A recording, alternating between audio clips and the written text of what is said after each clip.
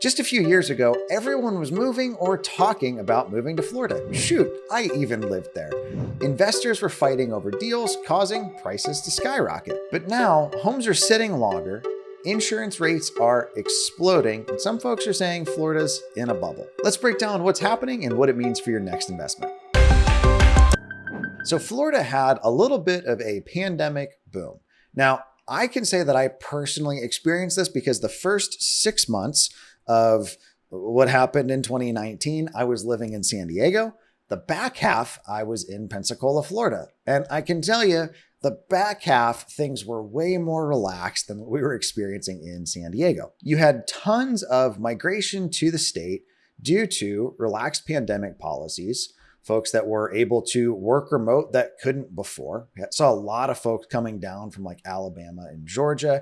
You still have folks retiring, and then you still have folks also investing. Hey, this is where the demand is going. Let's also place our dollars there. One of the things that we personally saw was pretty rapid appreciation and just kind of skyrocketing home prices.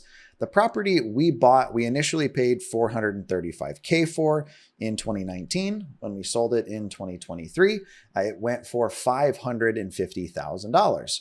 Pretty big jump. And if I'm being blunt, I would have paid $435 for that house. I don't think I would have paid $550 for it personally. While we lived in Florida, there were multiple hurricanes that hit that made it A, expensive to get work done, and B, pretty hard to find qualified labor talent. But then you also had things like the insurance spike on the back of that. I've talked about this on this channel numerous times, but when we bought my house, it was like $2,300 a month. By the time we left, it was over $3,300 a month for the same house, just with the increase in taxes and insurance while we lived there. I remember my wife asking me, like, how do people afford this? Let's take a look at some of the actual data of what's going on in Florida and some of the cracks that are starting to show. Back on February 27th of 2025, we saw this article come out on Redfin stating that there was more inventory available than previously seen. Now, they say that there was more homes for sale, more inventory, places sitting, not being bought, than what they'd seen since 2012. And that was only at 172,000 homes. It was in February. We're now in June. So March, April, May, like what's gone on the past 4 months, it hasn't gotten prettier.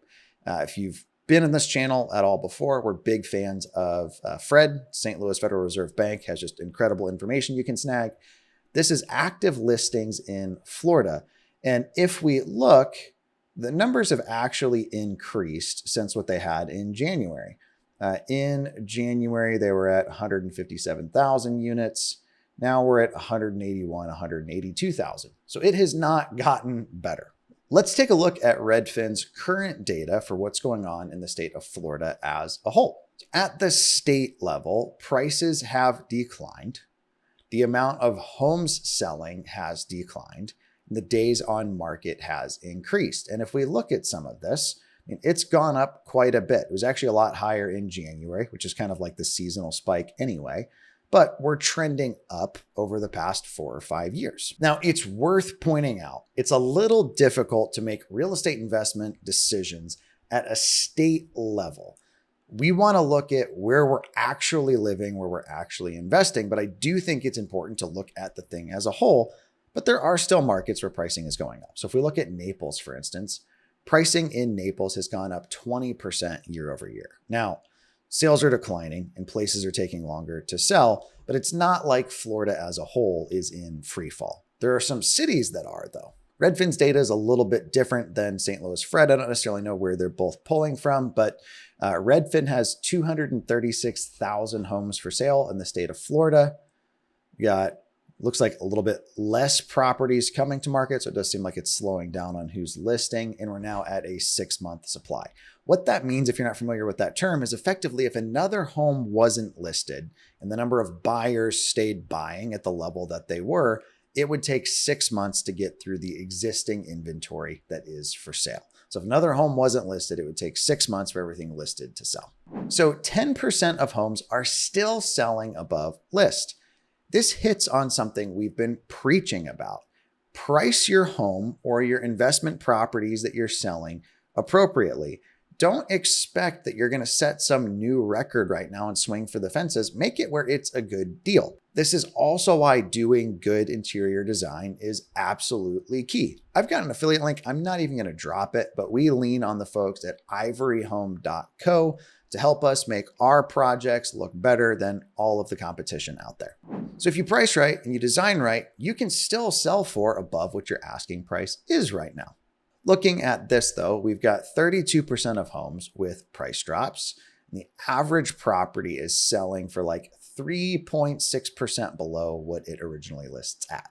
We have inventory rising in some key cities like Cape Coral, Tampa, and other parts of Southwest Florida. Due to affordability concerns with things like insurance premiums and mortgage rates, we can see people paying over asking has pretty well declined in Florida. When rates went up back in early 2022, we can see that we pretty much fell off a cliff here in people wanting to overpay for properties. We've got more days on the market. We've got fewer homes selling for above ask. And in some counties, insurance rates have gone up from 30 all the way to 70%. Due to the risk of things like hurricanes and storms. Now, my goal with this video isn't like the sky is falling in Florida. If you're in Florida, sell your house and flee. That's not it at all, but it's what are the actionable takeaways as folks involved in real estate that we can draw from what we've watched play out in the state. I've got 4 lessons for real estate investors from what we've seen in Florida the past couple years. One is I wouldn't chase hot or trendy markets. I'm a big believer of investing in your backyard or where you're actively involved. So if you live in the state of Florida, guess what? We're going to keep investing in the state of Florida. We're just going to make sure that we're getting really, really good deals with tons of margin and multiple exit strategies. I invested in Florida when I lived there, and I stopped investing there when I left. The second thing that we want to factor for is all of the carrying costs or potential variables.